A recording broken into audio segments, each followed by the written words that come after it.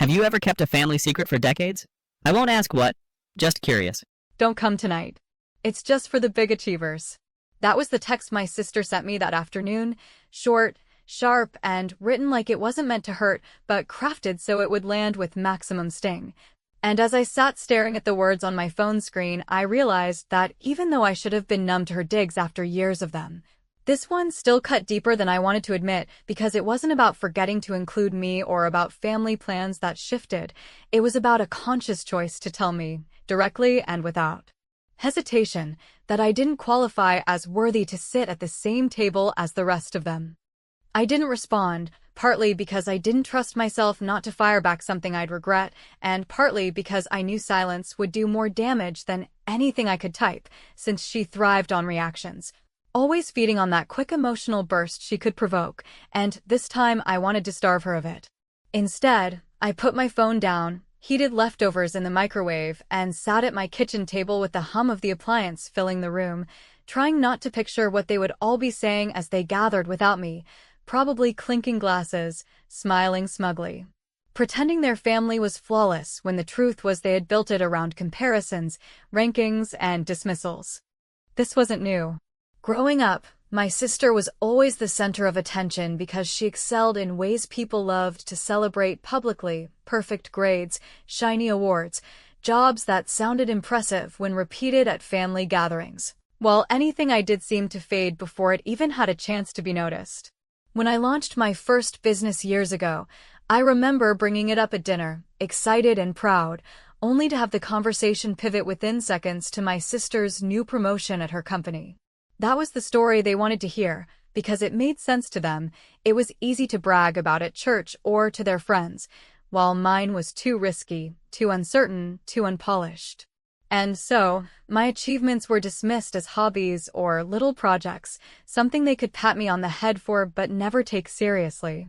So when I read those words, just for the big achievers, it was more than an invitation withheld. It was a verdict they had been circling around for years, finally delivered without disguise. They had made up their minds. I was not, in their eyes, successful enough to earn a chair at the table, and instead of dancing around it, they had finally decided to spell it out. And I will admit, it stung, because no matter how tough you think you've become, rejection from family digs into places you can't patch up with logic, and it forces you to swallow a mix of anger and grief that never goes down smoothly.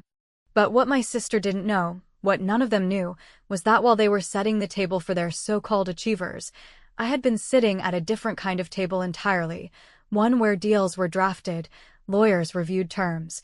and investors signed off on numbers they couldn't quite believe. For the past year, I had been working in silence, refusing to share updates, refusing to invite questions or comments, because I knew how it would be received, with skepticism, laughter, and subtle digs about how unrealistic I was. So I learned to keep my head down and build without witnesses, and the result was something that made all their dinners and small victories look like practice runs.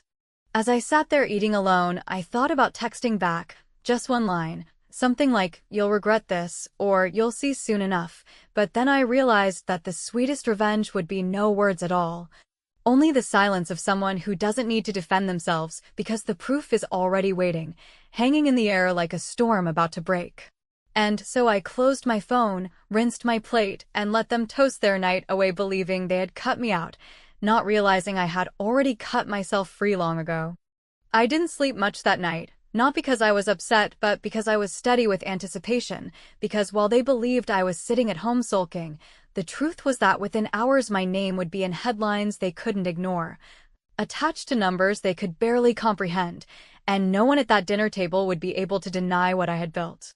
When I finally lay down, I stared at the ceiling and thought about how quiet the moment was, how all the years of mockery and dismissal had led to this silence, and how silence would be the exact weapon I would use to win. They didn't even realize the war was already over, and I hadn't needed to throw a single punch. And while my sister raised her glass with her big achievers, she had no idea that the biggest achievement of the night wasn't happening in her banquet hall. It was waiting in the shadows, about to light up every screen in the city. That was the thought I carried with me as I closed my eyes, not anger, Not even sadness anymore, just the quiet certainty that tomorrow would not belong to them. By the time my sister's Achievers dinner started, announced with a burst of photos from a cousin who never misses a chance to show she was invited to something, I had already decided that I would not spend the evening pacing my kitchen or refreshing feeds like a desperate kid pressing her face against a window, because I knew that looking for crumbs where I had never once been served a plate would only feed the same old loop. So instead I did the most ordinary thing I could think of and cleaned the counter, folded laundry, and listened to the muffled clatter of plates in my building's hallway while reminding myself that the silence I chose was not surrender, but a kind of control they would never recognize. The kind that stops bleeding by refusing to pick at the same wound. They called it an Achievers dinner as if the word were a trophy that belonged to a few of them by default.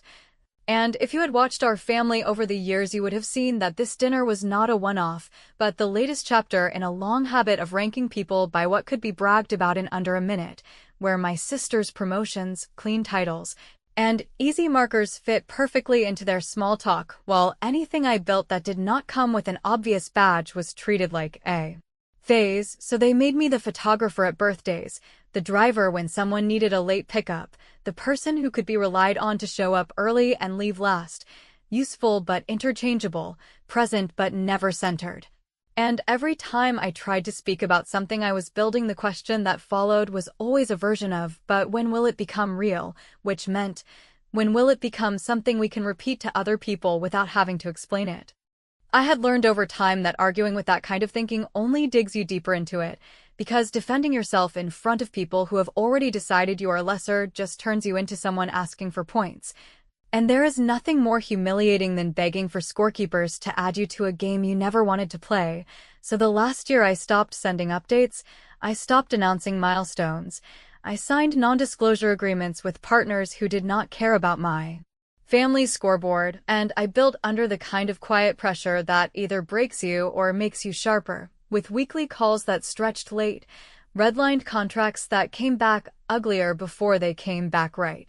and a small team that believed enough to keep going even when nothing about it made sense from the outside.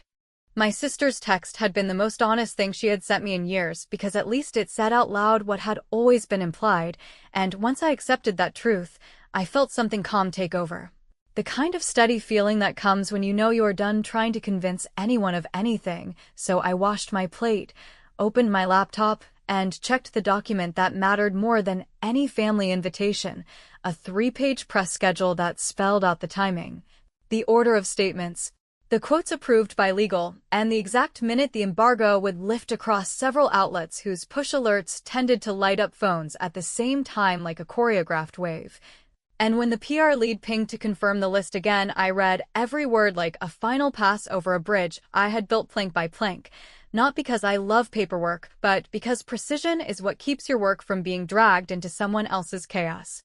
I am not petty enough to send gloating messages, but I am honest enough to admit that I wanted them to see it, not because I needed their approval, but because the most efficient revenge against people who erase you is to make erasure impossible. So I called the restaurant where they were seated and, in the most polite voice I could manage, asked the manager if they would mind switching one of the televisions near the bar to the business channel at a specific time because a friend was being featured and I wanted the family to catch the segment, and when he said he would take care of it, I thanked him and asked if I could quietly prepay for dessert for the large party with the same last name as mine. Not as a jab, but as a clean bow on a night that would rewrite itself anyway, leaving only a note for the staff that said, from someone who believes there is room for everyone at a table, even when there are not enough chairs. My phone kept lighting up with the cousins' photos, hands raised with glasses, plates arranged just so, my sister in the center with that practice smile that says she owns the room, and although I felt the old reflex to scroll and fume, I put the phone face down. Took a breath and told myself the only room I needed to own tonight was the one with the people who had signed their names next to mine, people who did not care who in my family liked me or who in my family wished I would stop trying, because the contract they trusted had been earned in meetings that started on time, in math that added up, and in patience that did not wobble when someone rolled their eyes and asked if I had a real job yet. When the clock in my head said we were close, I changed from home clothes into something I could move in, not because I needed to look a certain way, but because I wanted nothing to snag or distract when I stepped through backstage. Then I slipped my phone into airplane mode so no last-minute messages could distort my focus, and I headed out with the simple, almost boring checklist I had repeated for weeks: arrive, confirm with stage manager, sign on stage, walk off, keep quiet, let the alerts speak. And as the elevator opened to the hallway that leads to the small green room where people usually pace and rehearse their lines, I felt the kind of wired calm that says the decision was made long ago and all that remains is execution. The last thing I did before I handed my phone to the assistant was tap the scheduled email to the PR lead that would hit at the exact minute dessert plates usually arrive at that restaurant, a tiny alignment that no one but me would know about. And as the subject line flashed back at me, release on cue, I smiled in a way that did not feel cruel or petty, just exact. Then I stepped toward the stage door, heard my name in the headset chatter, and knew that while they were cutting into something sweet and congratulating each other on being the winners in our family, a different kind of applause was about to travel across the screens in front of them, and the next sound I cared to hear would be an early knock on my door when the sun came up. A knock I had not heard from that person in years, which I would answer without hurry and without a single apology. When the stage manager touched my elbow and asked if I was ready, I nodded with the kind of composure that comes only after too many nights of second-guessing have burned themselves out.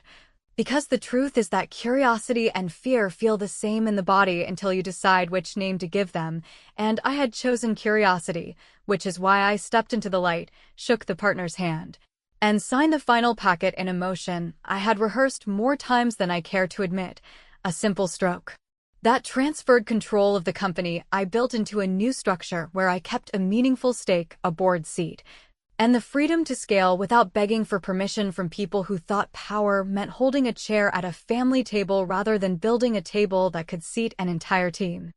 The host said my name the way people say names after they have seen the numbers, with that slow respect that never showed up when I was explaining prototypes in a living room, and even though we kept the tone measured and professional, there was no hiding that the valuation landed in the realm people like to whisper about, the kind that turns heads in rooms that have never once turned toward me, and as the cameras angled for the handshake moment, I felt a strange mix of relief and caution. Because I knew that the dollars would become the headline while the real victory lived in the quiet clauses we had fought for at 3 a.m, the ones about creative vetoes, protection for the original team, and a runway that would let us build without a clock ticking over our heads like a threat. Backstage, someone pressed a bottle of water into my hand and grinned in that way people do when they believe they have witnessed a life-changing minute, and while I appreciated the human warmth, I also knew that the minute was just the most visible part of 12 months that were heavy and relentless, a sequence of due diligence calls where strangers combed through everything I had made looking for cracks, a calendar full of flights where I learned how to speak in rooms where my work was respected but my gender still made certain men slow their sentences as if I might miss their point, and 1,000 small decisions that were boring to describe and essential to get right. Because the cleanest revenge is competence so steady that it erases the memory of every time you were underestimated. When I stepped out into the hallway, the PR lead was already scrolling through a dashboard of outlets, confirming the embargo time, confirming the quotes, confirming that the first photo out was the simple shot of the pen on paper rather than the full smile. Because we wanted gravity first and celebration later, and as she spoke I pictured the restaurant where my family was seated. Imagine the dessert plates arriving with the manager's kind reminder that a channel had been changed near the bar.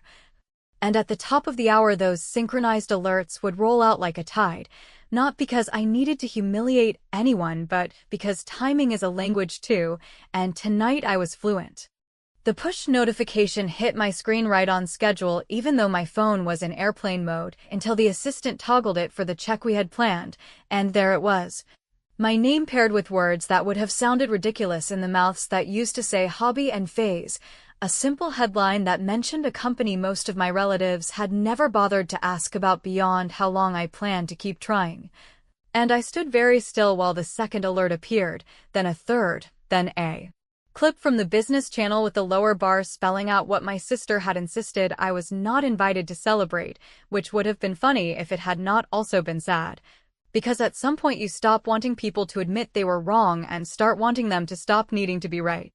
My messages began to feel like someone had torn open a bag of confetti, friends first, then colleagues, then old classmates who had once called my work unrealistic and were now very interested in catching up. And buried in the wave I saw a string of missed calls from a cousin at the dinner, which I did not return, and a single line from my mother that said we should talk, which I did not answer either. Because any conversation that started in the shadow of this moment would turn into a debate. About tone and gratitude when what I needed from them could not be given in a night, it would require a complete rewrite of how they measured worth, and I had learned that rewrites rarely happen in rooms where people are still clapping for themselves. I went home without stopping anywhere, set the signed copy in a drawer, and made tea I barely tasted while the city went on being loud and distracted outside my windows, and in the quiet I allowed myself a small, private laugh at the timing I had stitched together. Dessert spoons clinking at the same second the banner with my name slid across a television mounted above a bar my family never looks at unless a game is on, a collision of rituals that made my absence feel less like a wound and more like a choice, which is exactly what it was. I turned off the lights, set my phone face down, and let the silence expand until it felt like a room I could finally live in, and as sleep crept in slow and stubborn, I knew what morning would bring, not because anyone had promised me contrition or apology, but because some knocks arrive when pride finally runs out of places to hide, and when that sound came at first light, I would open the door with the same calm I had carried all night and decide, on my terms, how the conversation would begin. By the time the sun dragged itself over the rooftops and into my kitchen the next morning, my phone had already turned into a frantic little stage where relatives I had not heard from in years tried to elbow their way into the first row. Because the links had multiplied overnight and the clips had been shared and reshared until even the people who pretended they did not watch business news were texting me paragraphs about how they always knew I was driven, which was almost funny considering that most of them had spent years telling me to be realistic, to find something safe, to stop chasing storms no one else could see, yet now they wanted to drape themselves in the weather as if they had stood outside with me the whole time. And while part of me wanted to scroll and judge every message by the memory of its sender, a quieter part understood that even if the applause arrived late it still made noise, and noise, however delayed, travels farther than silence when it is finally pointed in your direction. My sister's first message came wrapped in a breezy tone I recognized from every time she wanted to control a narrative without admitting she was doing it. Something along the lines of how she was happy for me, and if she had known I had a big announcement, she would have made a special exception to the guest list, because family always comes first, which would have been sweet if not for the part where she had spelled just for the big achievers the night before as if the words were a velvet rope. And I stared at her line for a long minute before choosing not to answer, because I knew that any reply from me would be dragged into a debate about intentions and hurt feelings, while the truth was simple enough to stand without my help. So I let the blue bubble hang there and moved on. My mother's message was longer, an appeal to unity with a side of guilt, a reminder that public success can draw out opportunists and that family must remain a safe harbor, which would have touched me if the harbor had not been closed for repairs every time I needed it, and while I cared for her the way a daughter always will, I also understood that rushing to reassure her would only reset the old pattern where I made myself smaller so the room felt big enough for everyone else, and I had promised myself the night before that I would never again negotiate my size to make anyone comfortable. Before 8, I sent a concise note to my team thanking them for the final push, attached the bonus approvals we had timed for the morning so the first checks they saw were from me and not from whatever distant cousin crawled into their inbox asking for a quote, and I toggled a short auto-reply for my personal email that said I was in meetings and would respond later, because boundaries look cold to people who have always had keyless entry, but to me they felt like the first lock on a door that had been swinging open in the wind for too long, and when I finished I brewed coffee I barely tasted and sat still long enough to hear the apartment breathe through its seams. The rare kind of quiet that arrives only when you stop translating yourself for people who never intended to listen. The knock came sooner than I expected, not tentative and not angry, just steady, and in that brief pause between the second and third strike I knew who it was. Because my father is the only person I have ever known who knocks like he is measuring a board before he cuts it, and for a flicker of a second I was 12 again standing in the garage while he taught me that preparation is respect. That you never show up to a task without the right tools, and you never show up to a conversation you are not ready to finish, except that now the roles were drifting, because he had spent years arriving late to my life with half the tools, and even less of the willingness to finish anything that might make him uncomfortable, and here he was at my door earlier than the mail.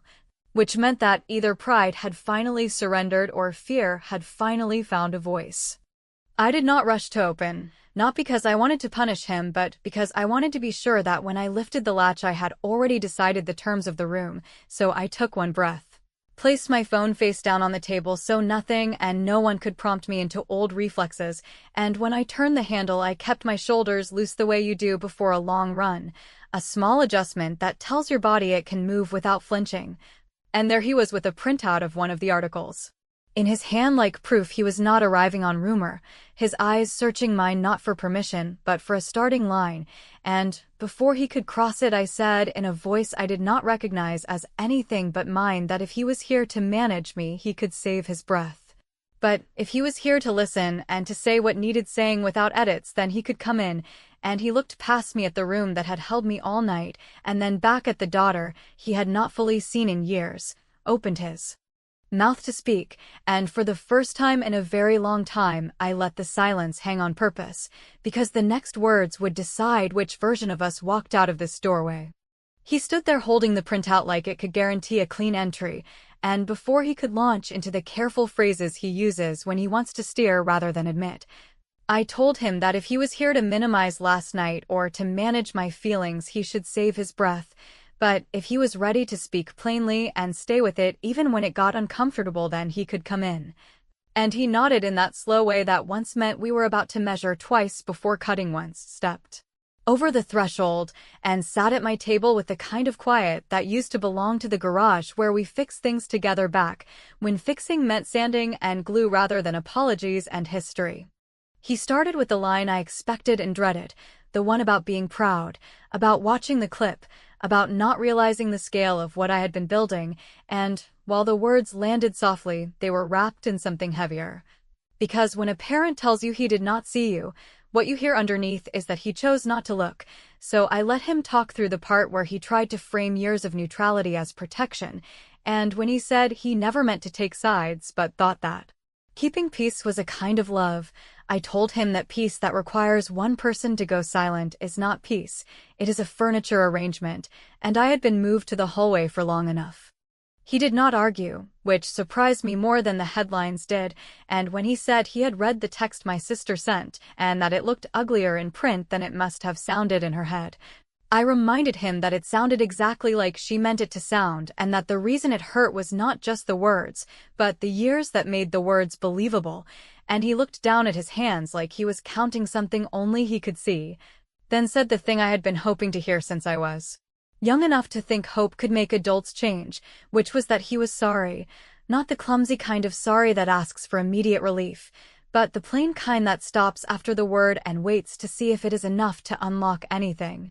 I told him I could accept the apology without rewriting the past and without signing up for a future where I am once again responsible for keeping the room calm. And then I laid out the terms of what comes next, not like demands, but like boundaries that had already been set in my head long before he knocked, because the deal did not just give me money and a seat. It gave me the option to cleanly separate what I build from the small politics that used to chew it down. So here is what I said. I will not chase invitations, and I will not defend my choices to people who rank worth by how easy it is to brag about. I will not attend anything called an achiever's dinner while it functions as a velvet rope inside a family. And I will not absorb another joke that asks me to play along while someone subtracts me in public. Then I told him the part one had not told anyone, the piece that turns last night into the first step of something I intend to keep building whether the family approves or not.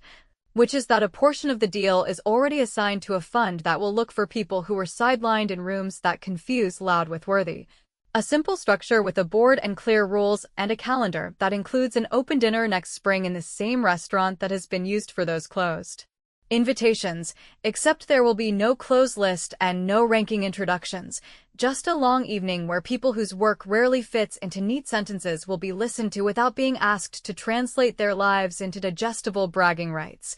And, because symbolism helps some truths stick, I booked the room under our last name and put his first name on a chair near the front, not as a reward, but as an invitation to show up and say out loud that the old tradition is finished. He asked what that meant for our holidays, and for my sister, and for my mother, and whether this was a punishment dressed up as generosity, and I told him that it was not a punishment to build a larger table and refuse to let old rules shrink it again. That the fund will run with or without family cooperation, and that the only personal condition I am placing on any reconnection is basic honesty shaped into public acts, specifically that the group thread where my sister performed her exclusion should carry a new message from her withdrawing the line and stating clearly that what she sent was unkind and untrue, not for my ego, but to remove the pattern that gives the next person permission to repeat it. And if she cannot manage that sentence, then we will all live with the distance that follows, and I will be fine, because distance that honors self-respect is cleaner than closeness that demands self-erasure. He sat with that for a long minute, and then said he would handle his part, that he would show up to the open dinner, that he would speak plainly in the thread without hiding behind jokes, and that he would tell my mother that comfort cannot be the only value served at family events, and I believed him not because he made a grand gesture, but because he did not ask for credit or speed. He simply asked what time the meeting for the fund would be and whether he should bring anything beyond his attention, so I slid a single page across the table with dates and tasks and my promise that if he walked through those doors on that night, he would not be met by a performance, but by the work itself, which is the only language I intend to speak from now on. When he stood to leave, he looked at the article again like it might say something new if he stared hard enough, and I walked him to the door without drama. Because the performance I wanted had already happened on a screen above a bar where people who had cut me out were spooning dessert, and my final move was not a victory lap, but a redesign, a choice to replace their gate with my road.